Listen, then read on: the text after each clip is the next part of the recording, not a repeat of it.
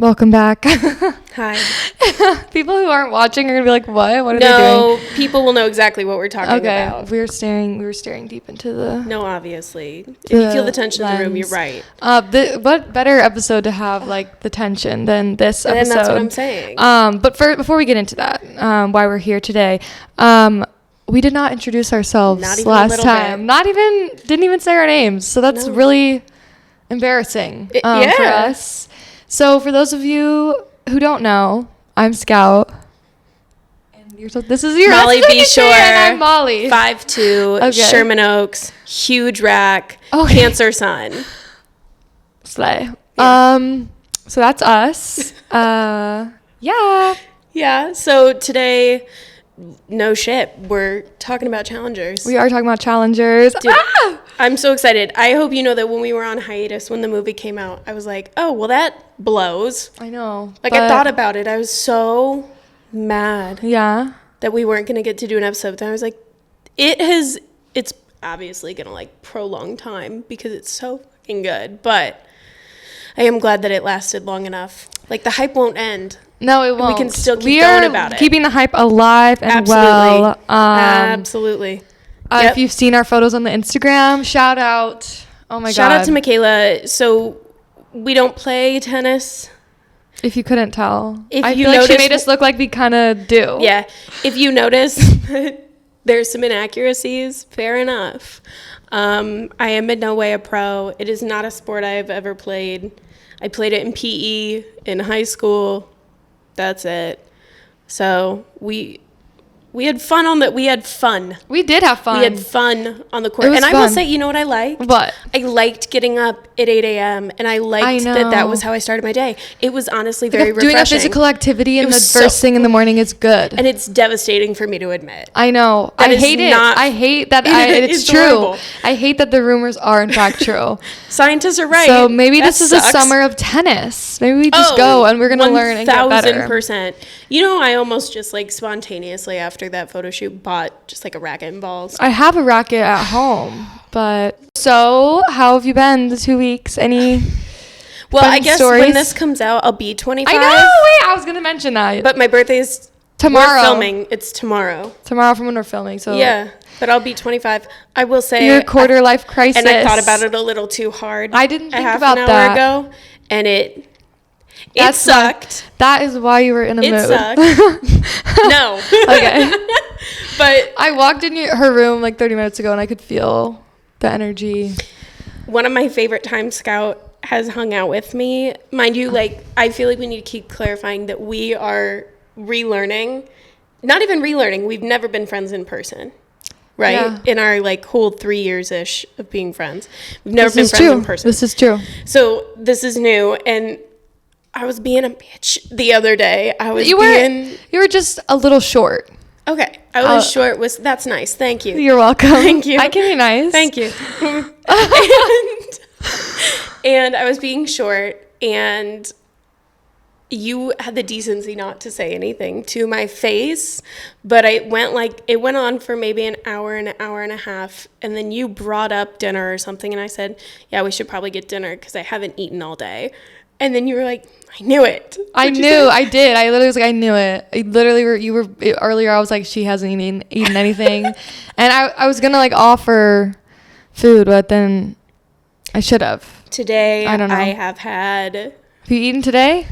I have had 2 pieces of toast. Okay. And 3 bites of a peanut butter brownie. The Amazon man! Wait. Did you I'm order getting something? A package. That would be my dog's food. I don't have a dog here. My parents are coming to visit and they're bringing a dog. Stairs. Oh, so it's not He's mine. Going up. Okay. Is it me? Maybe did you order something? I think so. Guys, also we're doing something so exciting tomorrow. Oh, it's my tiara. Oh, yay. We are doing something so exciting tomorrow to celebrate. We're going to a Chapel Roan themed night. Yeah, Club 90s is doing like some Chapel Roan thing.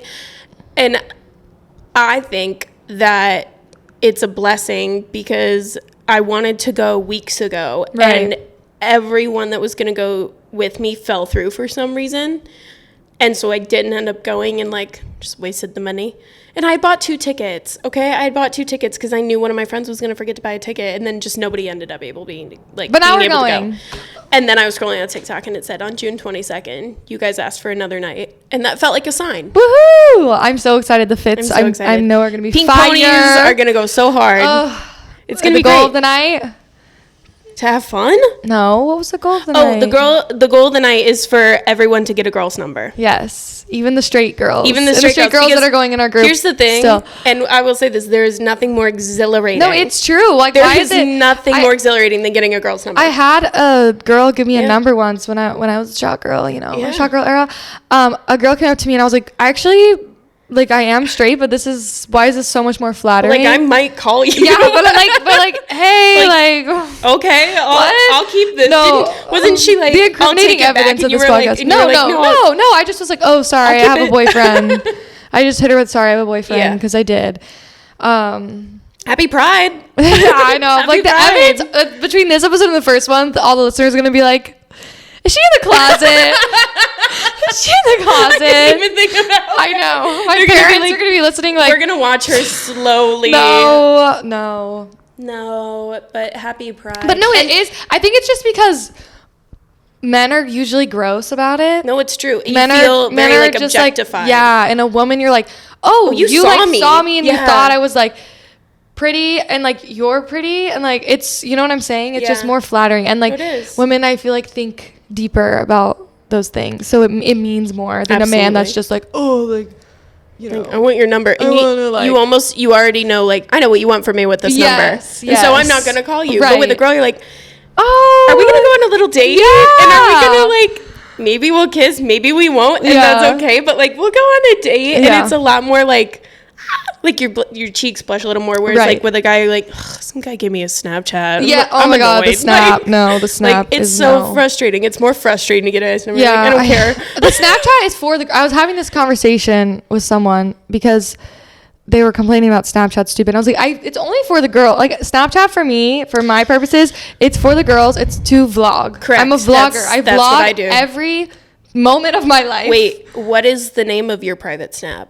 I have 2. Oh, you do? You know, what do you mean? You don't know? I don't pay attention. I feel like I just like know. I know yours. Group therapy, but only I talk. I'm so proud of that. That is good. That should have been a question last week. Yeah. So I have 2 private story names. I have Scout Maybe, which is like my general private story, because it's like maybe it's Scout, maybe it's not, and it's also like the last 4 or 5 letters. Wait, MABE. MAYBE. That's 5. MAYBE. Okay, wait, I forgot to spell maybe. MABE. Yeah, okay. MAYBE. 5 letters of my last name. So it's like a little play on word situation. And then the one that's just for the girls and the gays is called the Girl Scouts. Like, obviously, duh. So yeah, and yours we know is group therapy, but only I talk. It's true. I would just also like to say that if you were in the Girl Scouts, definitely fruity. I was in the Girl Scouts. For a year. But my troop leader was kind of crazy. So she was really into like making us face our fears. She'd be like, we need to face our fears. We were literally in 4th grade, and she like reenacted this shower scene from Psycho. Well, that's not. Yes, this is crazy. She was wild. She put a kid in the shower and she just like pantomime, like she like put on the music and like did it. Yes, like no. And a girl went home crying. So no shit. Yeah, that's horrifying. I had 2 fantastic troop leaders, and I would just like to say that my mom was the cookie mom, and she did it because she did not really want to be that hands-on, but that's like a big ass job. So the cookie mom? Yeah. So at least like once a year she pulled through and was like the it girl. Right. Also, it allowed me to sell cookies for like a week longer than everybody else, because you have to get your stuff into the cookie mom at a certain date, and then they like put the order in, and then they wait for all the cookies to get there, but it like gives a week in between from when you have to turn it in and when your cookie mom orders the cookies. So I had like a week on everybody else. Fun fact. Wow. Your cookie mom's daughters were betraying you. I still didn't win shit. Well, did you ever win anything? Did anyone? No, because no one I didn't do it that seriously. Like, it wasn't. I did that the thing deep. where you like give it to your dad to bring to work. Oh, yep. Where does all that money go? Doesn't it like fund the Girl Scouts of America? But like, what are they funding? What are Damn. No, like genuinely. I think it's like the big like. Cause like, what did the Girl Scouts Corporation even do? Like, turns girls into feminists. But they like, it's like doesn't exist. It's, you know what I'm saying? Like the government doesn't exist. It's like people. Right. Same with the Girl Scouts. Think it's not funds, like there's. No. I genuinely, I'm sure there's an actual answer. I feel like it funds like the headquarters of like putting together all of like, there's like giant Girl Scout like retreats, like official retreats. Like obviously we went on, I was through high school. So I graduated at Girl Scouts. So I did it my whole time. That's like, fruity. And like the whole time it was just kind of our troop, but we knew that there were bigger meetups outside of it that were like true like annual type stuff. So I feel like it might go to that kind of stuff. Charity? I don't know. I know. I'm like, I feel like it should go to like charity or something. We need to have that. Maybe an episode we bring on a Girl Scout expert and ask. It wasn't me. I was there for the vibes. Someone who works for the Girl Scouts. That's what I. And you know what was ideal that I will forever remember? I love Nancy Drew.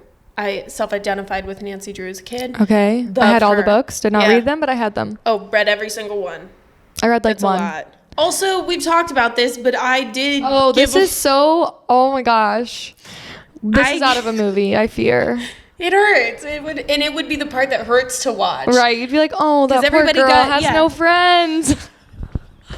She's a loser. Everybody got jailed. No, I'm just kidding. No, you're not. That's the thing. You're not. I think it's really cute, Everybody gave away goodie bags. At parties. Yeah. That was a thing. It would usually be like cookies, candy, love. No, okay. I gave away little fruit-shaped notebooks. Wait, no. And that's cute. I would have loved a little fruit-shaped notebook. A little fruit-shaped notebook and a hardback Nancy Drew. Books. You were Everybody trying to got a Nancy Drew. You were trying to single-handedly solve the, what is it? The reading crisis of America. Yeah, the reading crisis of America. Absolutely. Kids need to read more. And I said, and it starts in this house. So I gave that down tick in attendance. Yeah. After that birthday party. That's okay. I hope everybody still has their Nancy Drew, because I'll tell you what, those kind of fuck now.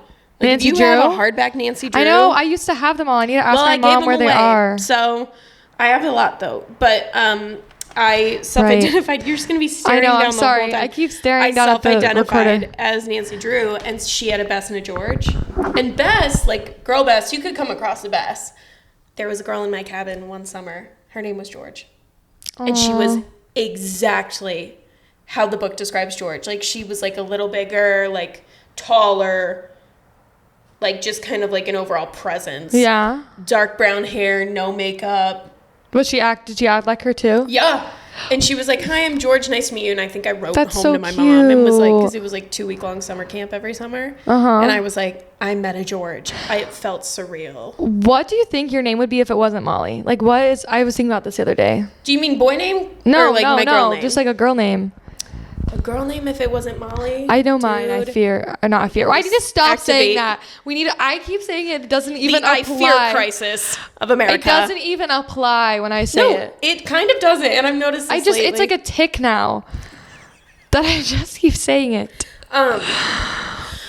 What would my name be? I always thought I fit like a Maggie. Yeah. You know what I mean? I don't think they had a backup girl name. It was always Molly Grace. But just looking at, like, what do you think it would be is, Maggie. Maggie, yeah. I don't, what would you say? I think like Maggie. Claire. Maggie or, I picked Amelia is my Catholic name because I always wanted to be an Amelia. That's cute. Yeah. That's really cute. What do you think? For you? Yeah. I feel like those both. Oh, dude, I would have loved to be a Maeve. My family's like very Irish, so I feel like if we're going Irish names, I would have loved to have been a Maeve. Yeah. I'm trying to think. I feel like you hit it, like, that was good. What about you? I feel like there's a clear answer in my brain. Really? Yeah. There's two that I think would apply. One, like, not as much as the other, though. Like, basic name? No, one of them's you don't not. have a basic name. I know. I think Phoebe. I think I could be a Phoebe in another life. You think? You don't think so? I don't know. I feel like it's I could just be. so hard to see. If we're going basic, I feel like Lily. Katie. Ew. That's what I thought. That was what the first thing that Sorry came to mind. to the Katies. Sorry. That is so rude. No, it's just funny because that's what came to mind for you. But then I was like, no, not that. Really? Yeah, I was like Katie, and then I was like, no, it's just too basic. Huh. Wow. Katie. Okay. I don't think I would ever have a basic name. I don't think. That's why Phoebe is not basic, but it's also like. Well, you can name your kid Phoebe. I do like the name Phoebe. No, we already just. Should I tell the people what I want to name my kids that you think is ridiculous and stupid? I do actually think it's ridiculous and stupid. Share with the class. I'll share the 2 boy names that I really love. I have like a lot of other girl names, but the boy names particularly are more unique. The girl ones are too, but okay. Anyways, Poet. I think it's so cute. Could be also for a girl. Poe for short, but like Poet. I think that's cute. This one I 1000% want to use. And some people have told me that it's cool. Molly and my roommate both hate it. Suede. I think that's so cool. Imagine having the name Suede. It just sounds really cool. And the way it would be spelled, like Suede, like that's cool. You wouldn't put the E on the end of Suede, like the actual word Suede? I would. I said Suede. Okay. Yeah. It's just cool. I think it's really cool. It's better than Poet. Okay.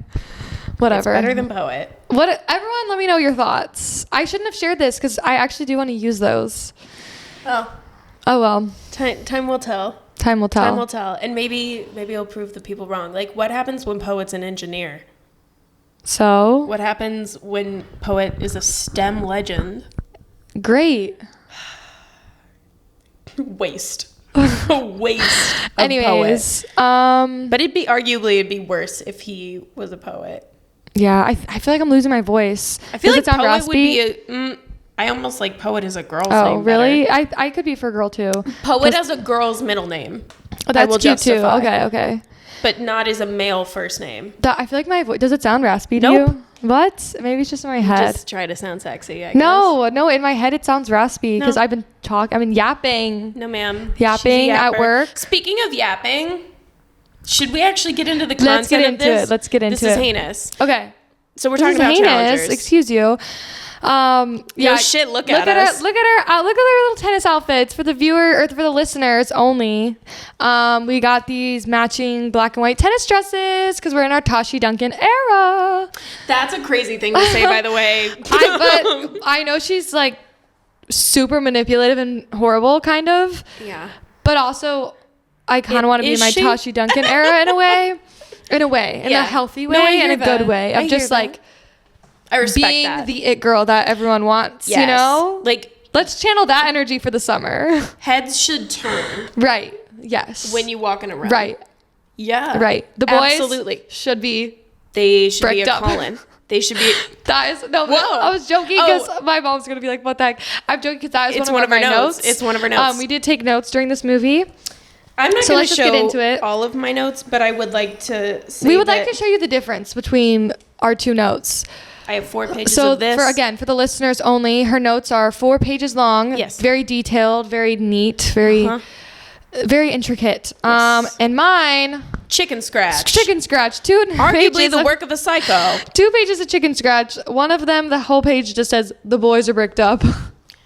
Which we'll get to. John Hancocked, the boys are bricked up. Like, I couldn't see. It was too dark in there. I couldn't see where I was writing, so that's why it looks like this. It was too dark in there, and it's this. Okay, you know what? Maybe I have really bad night vision, though. What? I have really bad night vision. We can't keep coming up with excuses. It's true. Okay, let's get into it. Who's to blame? Whoa. They're all at fault. Here's the thing. But they're all terrible people. Who's the least in the wrong? Art Donaldson. Correct. And if you say otherwise, you're wrong. It's a immediate yellow light to me, and I will be proceeding with caution. I will say though, like Zendaya said, like I saw the movie more than once because the first time I saw it, it's like clear. There's a clear like I was like, oh my god, Art really didn't do anything bad. The second time I saw it, I was like, okay. He kind of did, but not as bad as the others. But I did the second time. I did sympathize with a little bit more with Patrick. But my thing I felt a little bad for him, and I get that. I really do. My justification is obviously he shouldn't. He was very clearly manipulative in the relationship. Art was, But he was 19. Does it excuse it? No, he was a fully functioning adult. But like, was he a fully functioning adult? Like, we all like manipulate but we all do shit we're not proud of at 19. Do you know what I mean? Right. And also, if their relationship was that easily fumbled, then maybe, like, was it really him, or did you just have two big egos fighting with each other? That's true. Like, if it really took a teeny tiny little boy to plant one tiny seed of doubt in each of your brains, you weren't meant for the long run. But other than that, the reason that I can't fully empathize with Patrick is because it gives me the ick to embody a poor person when you're not poor. He's not poor. I mean, he's poor, but his family is rich. So he's not poor. I guess he doesn't want to ask for help. He's not poor. He's not. She's right. You can easily ask for money at any point, and it's not cute to be 31 and sleeping in your car. She ate that the fuck up. It's not cute. And so I don't have that much empathy because I don't think that you're giving the struggle. You're not the struggle because you haven't hit rock bottom, because for you, there is no rock bottom. He never said he got, like, excommunicated from his family. He clearly still has contact. Like, that's very apparent. I don't think you are the struggle, my guy. And I think that a really interesting aspect of that is, so on your racket, there is supposed to be, sometimes there's not, but like if you're like playing, you're supposed to have a little thing kind of at the base of the face of the racket, and it's to prevent the racket from having so much reverb so that your ball doesn't go fucking flying, which is why when we played, the ball went fucking flying. So you're supposed to have something on there that kind of like prevents that kind of reverb in the netting. And it's normally like a hard piece of plastic, something that's very like professional. You clip it on. I thought those were just for aesthetics. No, Patrick's is a rubber band. Right. He can fully go get that fucking piece of plastic, but he wants to look so pitiful and poor that it's a rubber band. I don't care. No, I'm team art. Even outside of like what they've done, are you like a Mike Feist? Is it Feist? Oh my gosh, I can't remember. It's Mike Feist. I'm a Mike Feist girly all the way, and I wasn't before. Like, I mean, I was obsessed with Dear Evan Hansen when that show first came out. Yeah. I was so early to that. Before the cast recording even came out, I knew what it was and I was obsessed with it. And so I liked him in that, but I wasn't like super head over heels for him like in this movie. Yeah. Oh. West Side Story. So audible gasps. In the theater. I was really like, I feel like when we watched it, I was like, you need to calm down. Like, there are people in here. Okay, that's making me sound like a freak. I just literally, there was one time though, do you remember towards the end? An audible like sound came out of arguably like a really strange sound. I just immediately started like silent laughing because I was like, it was so bad. I didn't even just like came out. She felt a little feral, and you know what almost makes that noise come out for me is the wrist bite. Yeah, it's the little things. It's the little flirty things you can do, and there's something about when she's sitting on his lap. Here, is it just me? When she's sitting on his lap, it also actually is hot. And then she's like trying to leave, and he does like, that's cute. It's so cute that it's hot. It's so cute because you know he's trying to be playful. Yeah. Speaking of that scene, I've just been yapping. Here I go. No, I know. Should we go through our notes? But speaking of that scene, can we talk about the cutest line in the whole movie? What? Can we watch Spider-Verse? Spider-Verse. Yeah. That was really cute. But gosh darn it, if that wasn't the cutest thing I ever... That was so cute. They had to be like, okay, we have to do this. And because Amy Pascal also produced it. Challengers. Okay. So I think that also was probably like an ode to her. Yeah, and I think that like, you know, it's just like both of them working on it was probably like, we should slide this in. Just for like, I love when movies just fan behavior it for just a hot second. Just a little something. It adds to the universe. And every time I've watched it, I have watched this movie 7 times. Every single time the audience always goes, "Aww," or it's just like very a laugh. And I think that that's cute. Should we get on with our notes. Yeah. I feel like we should just go through. Run it down. Because you have a lot. I don't know what some of these mean, unfortunately. I know. Something at the beginning of the movie. He says, I know. Oh, no, it's when he's like, I love you. And she just says, I know. One of the saddest moments ever. That Powerful was yet so devastating. sad. Oh my gosh. No, I know. Their whole, it's just such an interesting movie because it is so interesting to see this like dynamic between the three of them and their relationships. Absolutely. And there's no side characters and like the whole movie. Not really. And there's no need for them because it's so entertaining just watching the three of them and like how they act. The two gays at the hotel. I also wrote the two gays at the hotel. Speaking of side characters, though, them. Yes. They ate. They cleared. Yes. So funny. So necessary. And I think that's what this movie is so interesting about. Is it's so intense, but its moments of levity are so. They were funny. And I loved it because you feel like you can breathe for like 2 seconds. Sorry, my next note. I feel like you should go. I should say a note and then you should say a note. But that's interesting. My first thing right off the bat, one of my favorite fun facts is that Darnell is the ref. So the ref in the movie is Zendaya's assistant, who has been her assistant, oh my God, for like 10 years at least, I think. Since Shake It Up. He's been her assistant for a long time. And she rolls with her like tight-locked crew. Like Darnell's always with her, Law is always with her, Tom, arguably. But I love that because Darnell made a little cameo in Spider-Man. And then apparently they hadn't really cast anybody as the ref. And it was Luca who had asked Zendaya and was like, who do you think would be a good ref? And she was like, honestly, Darnell, like truly and honestly, Darnell. And so we went up to him and after giving it a lot of thought. And he was this warmed my heart. He said, I think you are like a beacon of truth.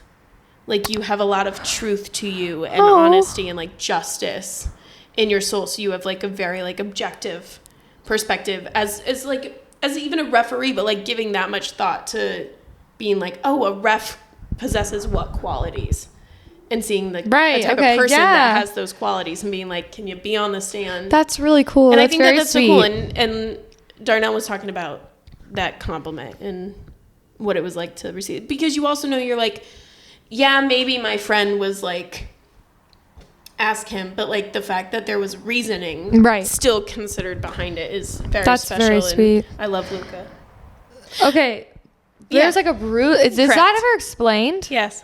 It is? The bruise it's not on his arm explained in the movie. Patrick's arm? Yeah, so Patrick scratches his arm. Yeah, and there was a bruise. I didn't notice it the first time, but the noise, second by the way, gives me the ick. The Foley artist absolutely ate that down and it makes me want to crawl out of my skin.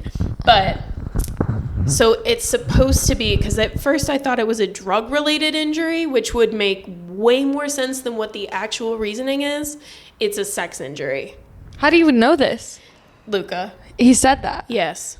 It's when him and Tashi are having sex in the car, and if you watch very carefully, it's before they actually have sex, but he calls it a sex injury.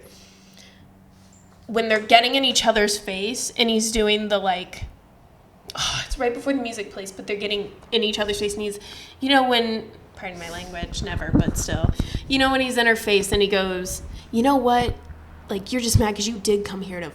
Yeah. And they're in each other's face, and he puts his arm up, and it's right before she says, I'm taking care of my little white boys. She grabs his arm, and she pins it down, like, on the center console. It's really quick, and because the scene is shot so up close. You don't see it. It's really easy to miss. Yeah, because I knew it had to be something, because they do a close-up of that bruise, and I was like, that has to be something. It is. It's just very not what you would think it is. I really thought it was drugs. Yeah, no. For a second, I was like, maybe. The moans, my next note, that just had me cackling. All the tennis, like, yeah, the tennis moans. Oh my God. So can you guess who they said was the best tennis player by the end? Do you know who they all unanimously say is the best tennis player out of the three of them? Mike? Yeah. My boy. The boy. Yeah. a curly blonde-headed boy. Yeah. I mean, you can just tell from the moans alone. I'm like, that's a tennis player. Yeah. That is a tennis player if I've ever heard it. But yeah, they're kind of funny. It's like kind of hard to like stifle your laughter when you listen to them. Yeah. I don't know. Let's hear some of yours before I keep going, because I'm going to run out of my notes because I didn't take as many. Because I had said that shot was so up close, there are so many different shots that were really in the cool. movie, and I want to talk about which ones. Who's the DP? I wonder. Yeah, I don't know. I should look it up, but yeah. Oh wow, incredible. I mean, Luca just all his films are so beautiful, though. Absolutely. But there are so many beautiful shots. Wait, okay, let's hear your finally favorite. Finally getting to see, they just released like the behind the scenes of the glass. Oh my gosh, I was gonna say that. That is one of my favorite shots. It's so insane. Cool. It's so cool. And the fact that it was like so practical. Like obviously you can only go about that a practical way, but just to know that was a thing, and watching that, like seeing the photos of the people standing underneath and them on top, like if you haven't seen or don't remember, they literally have a shot where they're from underneath. Art and Patrick, are playing tennis, and it's from underneath, so it's like looks like it's like glass, and you see but you see the lines, you see their feet moving, and you see the ball cool. hitting. It's so cool. It was so cool, and just to know they like fully built that like. So they built a glass thing, and not like a full one, but it is a glass tennis court essentially. That's so cool. Because the glass part isn't like full length, right? But it's still partial. Okay, what other shots stood out to you? Yeah, that was cool. Being the ball gave me a little like I don't get motion sickness, but it did. I was like, whoa. Oh, my mother I know would have to do like a turn away, but it was still so cool because I wasn't expecting to become the ball. Yeah, and I was like, it was cool. It was fun. And then the game anytime the ball would also get like really close to the camera. Yes, it would always go right by the camera. I also love. One of like an underrated shot I think is right at the beginning when they're playing, because obviously like you've got the linear timeline of, I guess they're both linear, the current timeline and past timeline, but there's right when they're playing at the beginning in present time, as the first time the match truly starts and the music picks up and the camera goes from up and over and that's down. Literally what I wrote. Wait, is that the 13-year? It might be one of my favorites. Is that the 13-year transition? Oh. Is that same transition? There's a really cool transition that's like 13 years earlier. No, I know which transition you're talking about. This is when they start officially playing the game. It goes into the alarm. Wait. Yeah. It goes into the alarm. Oh, the phone morning. Oh, okay. Yeah, we jump scare by the fucking way. And that's in the soundtrack, which is sick. Imagine how many times I've crashed my car almost listening to that. And right at the end, you get, no, rude. No, they pick up the shot and they go past Darnell. They go past the ref's head. And then they swoop down in between and they follow the net line all the way to Tashi. And she's staring straight forward and everybody around her is going... Oh yeah, and she's not moving. Oh, I love. There's so many little details that I love. Like I love how then at the end when they actually start playing, she's like, she's looking back and forth. But yeah, at the beginning she could not care less. Everyone else is back and forth, and she's just straight zoned in. Yeah, because they're not. No, playing. she's not zoned in. Interested. She's not zoned in. She's zoned out. But she's not interested. She's not interested. And then at the end, they're not playing. You get to see. Oh, it's so good. Okay. There was like a transition that was like 13 years earlier. I can't remember exactly, but it's a really hitting cool. of a ball transition. No, but like it's like it like I don't remember. I don't remember, but I just remember it was cool. We have to watch it again. Because I have to watch it again. I'm trying to think if there's any other shots that I wrote down while we're talking about that. You loved the shot when they're about to kiss in the parking lot. I just love that scene. Yeah.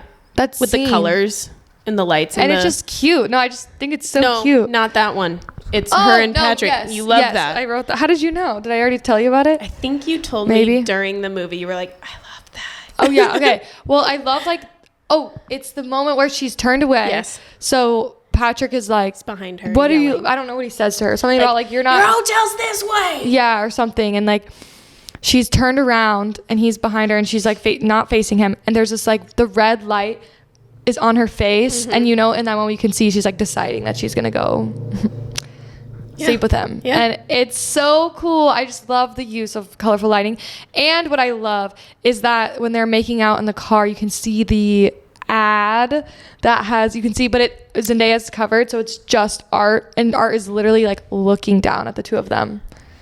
That is my biggest problem with the movie, is that shot. This makes me mad.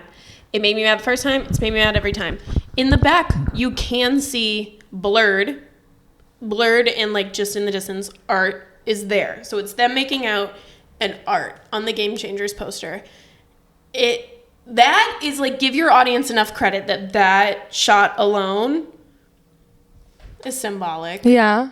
But then they zoom out and then they zoom in on it, and it makes me mad. I know, irrationally that's true. Irked me, because I was like, I get it, but we kind of already got it. Or people with like anybody who took basic AP Lang kind of figured that one out. Like, you didn't have to then like pan away and then be like, if you didn't notice, here's it now in focus. Yeah, no, that's true. It would have been better. I didn't have a lot of problems with this movie, obviously. That one makes me feel a little angry. The sharing of the shirts, the sharing of clothes. I know. I want an movie. I told you shirt. I want one. The I told you shirt, the green striped shirt. I don't remember that one. So it's originally, I have to think about this. It is originally Art's shirt. They wear it. He wears it when they go see Tashi play for the first time. Okay. And then in the hotel room when they are trying to put on shirts is the shirt that Patrick's wearing. Okay. So that's a shared piece of clothing, the I Told You So shirt. Or I Told You shirt. And then the white t-shirt that is Art's that she then wears to go sleep with Patrick. Yeah. Crazy. Also, something that I am so mad I have never talked about in any discussion with anyone is that their beds are pushed together in the hotel room. They are two separate twin beds. You think they did that on purpose? Yes. And they are off in the headboards. Both of the beds have been pushed together. Oh. They do not match up on the headboards. They push the beds together. They push the beds together. Yes. And I definitely think that was intentional. Like, I don't think they were obviously like sleeping together, like getting it on. But I think that there's intimacy there. Like they do want to be in the same bed. That there's a security there. The classic like homoerotic friendship. Absolutely. You know, like they have like this codependent like infatuation with each other. You know, like I don't know if they like love each other like that. It's just like they're infatuated with each other and obsessed with each other. I don't think that it's a mutual like what's the other word for platonic? Romantic. I don't think it's a shared romantic love. Yeah, no. However, I do think in my head, my triangle goes Patrick loves Art loves Tashi loves tennis. Yeah, I do think Patrick loves Art in a romantic sense. You do? I do. Okay, I could see it. But Art is just head over heels for Tashi. Oh, absolutely. But at the same time, like, does he actually like love her or the idea of her? I think he loves the idea of her. I think the more and more I watch it, I do think that Art is probably like a little repressed in terms of like being a little queer. Like, we know Patrick is openly bi, and so he's probably come to terms with that, and that might make it even more difficult to be around Art. And knowing that also, like, you did love this girl and you loved this guy, and now they're together, you have no fucking contact with either of them. Like, that is where I feel bad, because I'm like, you share such an intense history with both of them, and now you have nothing. Right. And I think when it comes to Art specifically, like the scene in the sauna, like, I don't think Tashi gets to Patrick a lot. He knows that they match egos. Like, he's pretty self-aware when it comes to their relationship. But I think that you can so fucking see it on his face when Art just lays into him in the sauna. Like, that's, I think, the first time you see him hurt. And, like... Interesting. I mean, he said to Tashi, like, can we not talk about tennis? And then she said, what the fuck else do we have to talk about? I know. And it got him mad. And then he said it to Art. God. And I think when Art says, what else would we talk about? He looks goddamn hurt. Like, the way he just tells him he does not care about him anymore. Oh my God, he looks miserable. Do you think that Art like knew that Tashi and him had that conversation and was like throwing it in his face? So canonically in my head, like my little headcanon of it all, because like not confirmed in any way, I think that Tashi's alleyway rant is very similar to Art's sauna rant. Okay. I just think they like have the same energy. They share like kind of similar phrasing.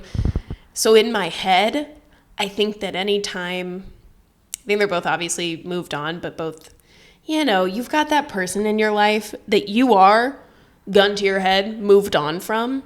But if their name comes up, you still get a little fucking riled up. Yeah.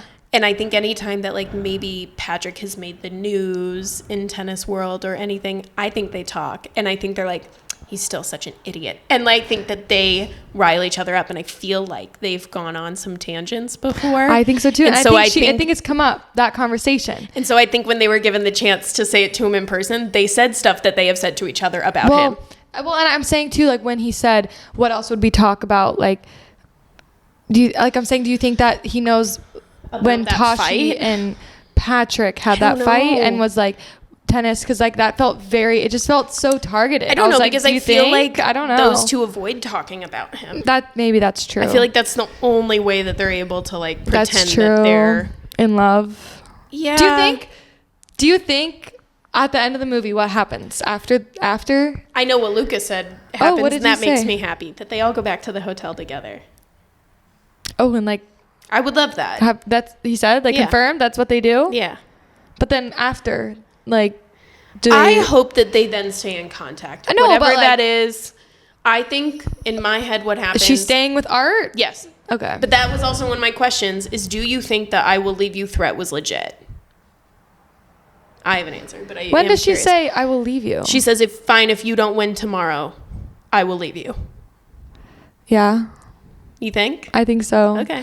What's your logic? I just think she was so, like, one of the saddest scenes of the movie is when, oh my God, I'm going to get emotional. No, I cried the first time. But that scene when, like, Tashi's trying to be intimate with Patrick and, like, you can just see it in her eyes. Patrick. Sorry. Oh my God. I feel sick. I'm sorry. I'm tired. Tashi is trying to be intimate with Art, and you can just see in her eyes, like, she's begging. She's like, you could tell in that moment to me, she's like, it's almost like a last ditch effort. Yes, it was a last ditch effort. She's like, I am trying here, like, to make this work. Like, I want to love you like that, but like, I need more from you. And like, he wasn't giving in. You could just see the defeat in her face when he's like, can you just hold me? Oh my gosh, it's so sad. And that's my thing. And that's what makes me feel bad for her, even though okay. We're all like, they're all to blame.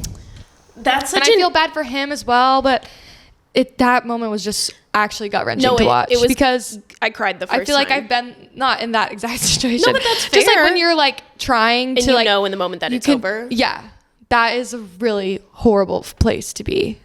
I think we've all been there.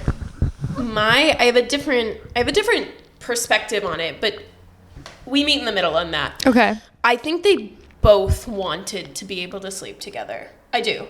I think that you could also tell he was trying to also have that kind of moment, and I think they were both just too upset at what was just like laid on the table, at what like the stakes are. And right. It was just like a little too difficult to get past that. But I don't think she would have left him. And my reasoning is that I think she saw him because there's a camera shot where he's doing this with his ring. And I think she saw that he was anxious and potentially about their marriage in terms of like, will you still love me if I lose tomorrow? And I think she knows that the only way to get, like, Tashi and Patrick are on the same wavelength in the way that they know how to get Art to play. Right. And we see that Patrick later knows how to get him to truly play. That way they do not force Art to win by like a sad, lame attempt at losing. Do you know what I mean? Like, they actually want to have him win with his own ability. That way he feels good about the Open. Right. I think they both love Art so much in a way. Okay. This is got to be the most choppy episode. Great. Because our Zoom recorder keeps dying. I keep putting in new batteries and it keeps dying. So I'm going to have it in my lap. A new character. My thing is I think she used it as a manipulation tactic, and I think she knew how much it would hurt him. But the thing, in my opinion, about her, I try to understand her a lot. If she doesn't have tennis, she needs the life of tennis. Right. Okay. And if she divorces him, she loses that. Because it then follows him. It does not follow her. Right. It doesn't. So she truly has to stay with him. Even when he retires, like, he is her connection to tennis. And like their daughter, like, I do not think, especially after seeing them laying in bed together, like father-daughter, I don't think she would leave him. I really don't. I think she is, it's not like material obsessed or anything, but it's tennis obsessed. Like, she has to be around tennis. And if she gets a divorce, then what the fuck reason? True. I mean, I guess that is her true love in the sense, is tennis. Like, that is what you can see. Like, that's what she's passionate about. That's what she loves. And she can't do it, which sucks.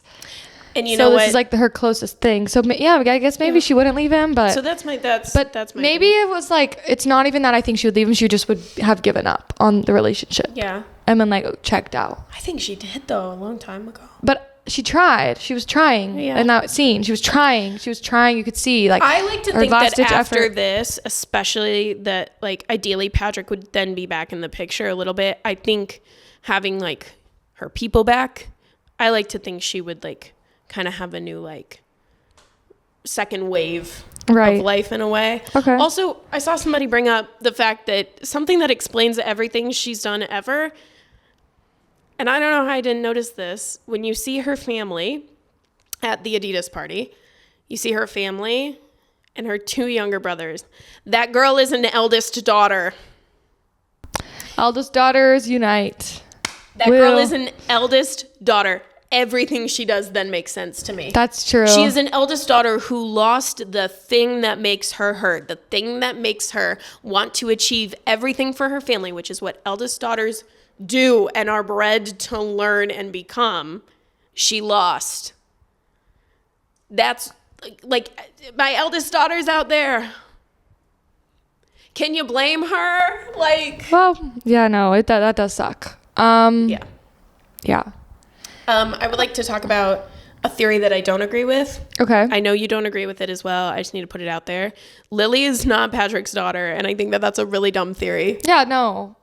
I don't know why people think that. They just be talking about it. I actually hate when people do that crap of make up these like crazy theories. I'm like, where did you get that? Like what? Like, and I know people were like, yeah, because Atlanta was 8 years ago. In what world is that child 8 years old?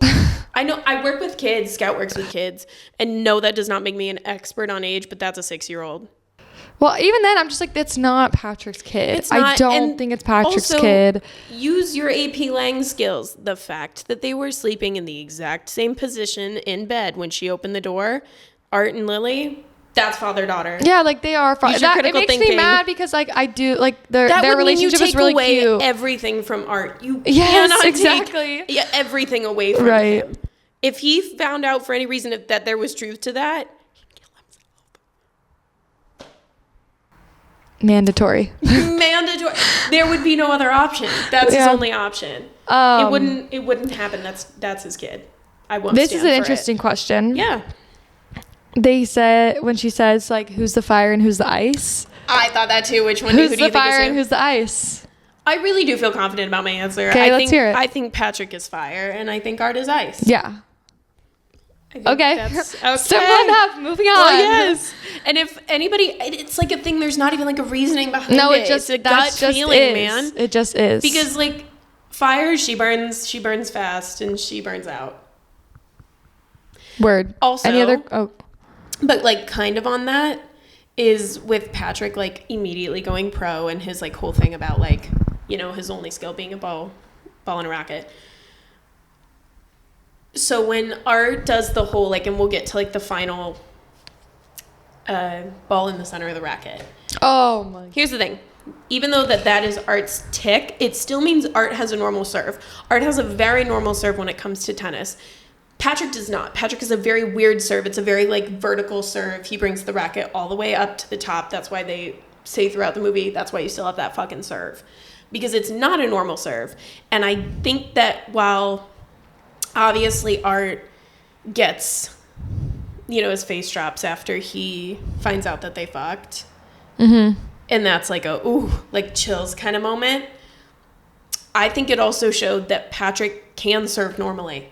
He just chooses not to. He chooses to have a really weird serve. And he chooses to be obnoxious. And he wants it to be the Patrick Zweig serve. Ew, that's annoying. And I think that he did it. He served normally so easily. And I think that it was just an added layer to like how egotistical he is. He does. He literally has such an ego. And for he wants what? To be his name. He just wants it to be like Patrick Zweig in Lights, bitch. You know? But I will say that was one of my favorite parts of the movie. Absolutely. The callback. I was like, oh, the tension. Because I knew it was coming. You know it's coming. What's and gonna you're happen. like, ah! Oh my gosh. And then they start playing and it's like, oh my gosh. Like, you just want to watch it in person. You're like, I want this to be real and I want to be in that. I want to be Did you there. not notice that you kind of were, like, at the end of the game? Were you not doing this? You know what I mean? Like, I want to be in a person.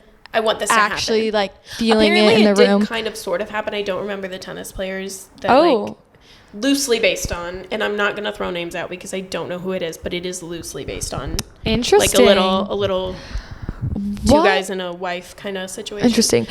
What year was it again? Is it now? It takes place now? Yes. Because the new Rochelle match is in 2013. When do they meet Tashi? 2013? Wait. They meet Tashi 13 years prior to that. So like 2000? Oh wait. Hold on, I got to think about this. No, they would be like not born. Well, first of all, that would be 23 years earlier. So that I'm saying 2010, but I think it's before 2010. Because I think the new Rochelle match is in 2021. I will say their clothes confused me of what time period we were in because the flashbacks all get very 80s.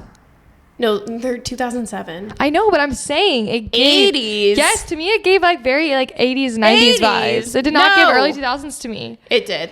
It didn't to me. In like her dorm room. Her dorm room is so not that like the when they first meet her. Yeah, and she's in the blue dress and they have their polos on. Their polos to me like that gives very like that doesn't give 2000s. Like so 2007. I don't know, something about it was like very retro. Do you not see looking. her shoes? Why do you think Y2K is coming back as a retro thing? No, but that's not what I mean. Like I don't know, like something about it was giving more like. No, it was alarmingly 2007. Okay, it hurt me to look at her shoes.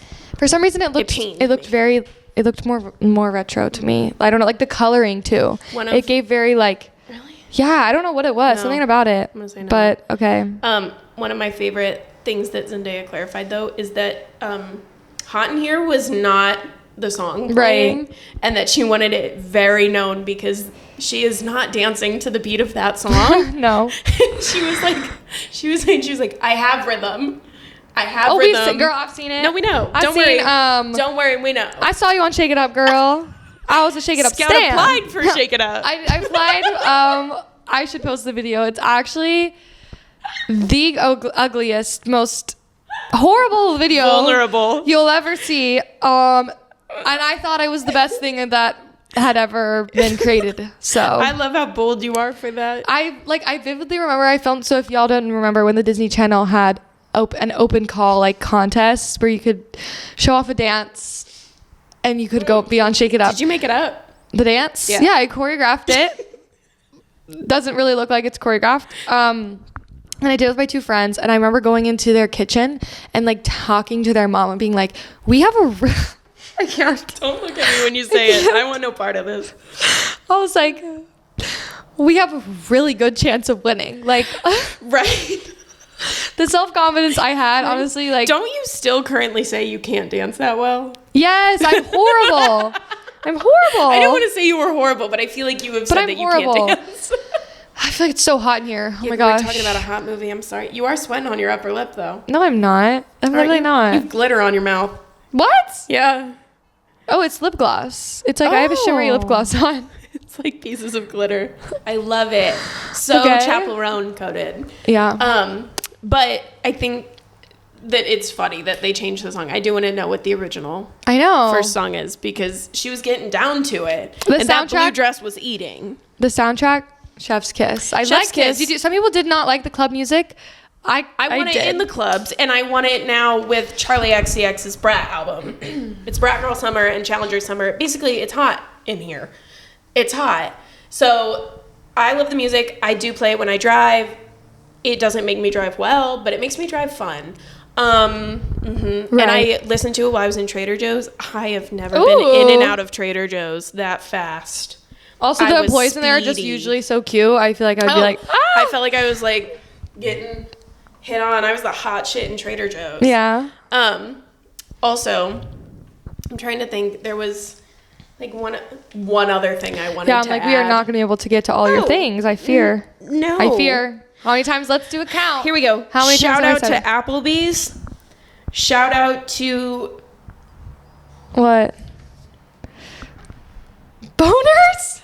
They had okay, they have. That's what I write. The boys are bricked up. She pointed it out to me when they see Tashi, like when they first see her, they're bricked up. They are bricked up. Not the scene in the room. I didn't even see it the first time. I saw it. Yeah, if you look, after somebody pointed it out to me, and I was like, they are.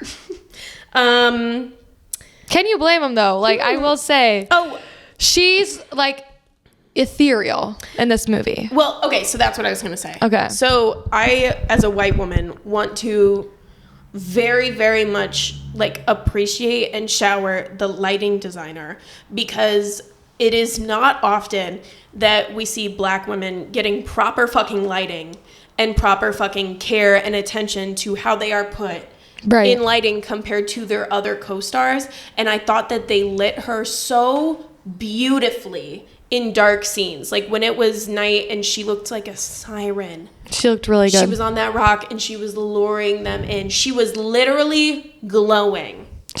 And I just think that is such care and attention to that, because it's like been a giant past complaint that's like not paid attention to, and it's not. Well, it is, yeah, because it's different lighting. It is, and it's people of color. So and she looked incredible, and I think that it makes a huge difference. It helps tell stories way she better. Also just ate in this movie. She served. She served. And the gum. I will say, where did the gum go? Where does the gum go? He spits the gum out his hand and puts it in the trash. No, there's not a trash. There's no trash in sight. Does he put it in his bag? Like in his mouth?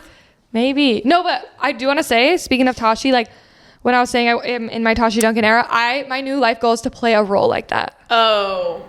It would be so fun because it's so not me, but yeah. I didn't know what she meant, as she was saying in all these interviews prior to, like, during the press tour. She was saying, I've never played a lead like this. I've never led like this. And I didn't know what she meant. And then I saw it and I was like, no, I know what you mean, girl. She's so phenomenally talented. And it was also the first time that I think she almost seemed like fully allowed to portray an adult.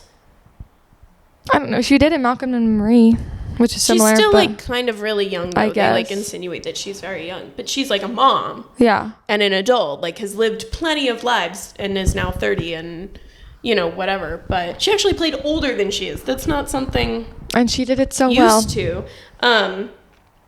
But that was Josh O'Connor's first churro. Let's talk about the greatest scene in the whole damn movie. My God. The chair. Can you imagine if my chair slid you right now? Oh my God. Like, are you kidding me? That's all I want in life. Someone to slide my chair to just slide your chair. Oh my God. And yeah, so fun fact, that was his first churro that he's ever eaten. Well, he looks like he enjoyed it. The churro was not written into the scene. Most of that was not written into the scene. They just felt like doing that together. And that is... It wasn't written in the scene. They just, oh my gosh. The little like bite he takes, so good. But changed film forever, if I can go that far. Any last Yeah, something I think is thoughts? incredible is that the first shot ever filmed by Zendaya and Josh was the hotel in Atlanta, and Luca was sick and directed it through an iPad. Whoa. Gotta love technology. I love technology. Even though technology doesn't like us, because I fear we are at 1 bar of battery. Well, and of course we am. And I would just like to say that Tashi Duncan would never leave the cap off of her moisturizer, and I stay up at night thinking about the fact that Does she? did. Yes. Oh, that's so weird. Yeah, so, who would do that? Not her.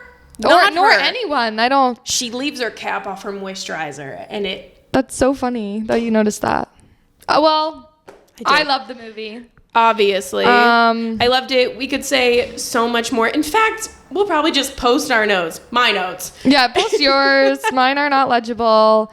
Let us know what you thought. Yeah, I'm so excited for which of the 2 little white boys is your white boy? That's what I want to know. Yeah, pick a white boy. Pick I want to know. Boy. Let's all pick who teams. would you take care of? Yeah. So that's where we're at. It's a Challenger summer. Get out, play tennis, Go play get tennis. hot. thanks for listening. Thanks for listening, watching. And next week we're going to figure out this. We're going to figure out the battery issue so that we don't have to deal with this. Maybe. But no, we're going to figure it out. Maybe. Anyways, love you guys. Heart. Okay. That looked like shit. Let's do it again. Heart. We just made a heart. Wow. The millennial heart. Or is this the Gen Z heart? I mean, sorry. The Gen Z heart. I'm wrong. Okay. And with that, match point. I'm like point set match. What is it? Point set match. Is that what they say or is that volleyball? It is volleyball, but I'll take it. Okay. Well, you have a pretty little eyelash. Can I get it? Oh, yeah. There you go. I'm going to make a wish. I wish that you guys listen to this episode and that you like it. Have a good day. Bye.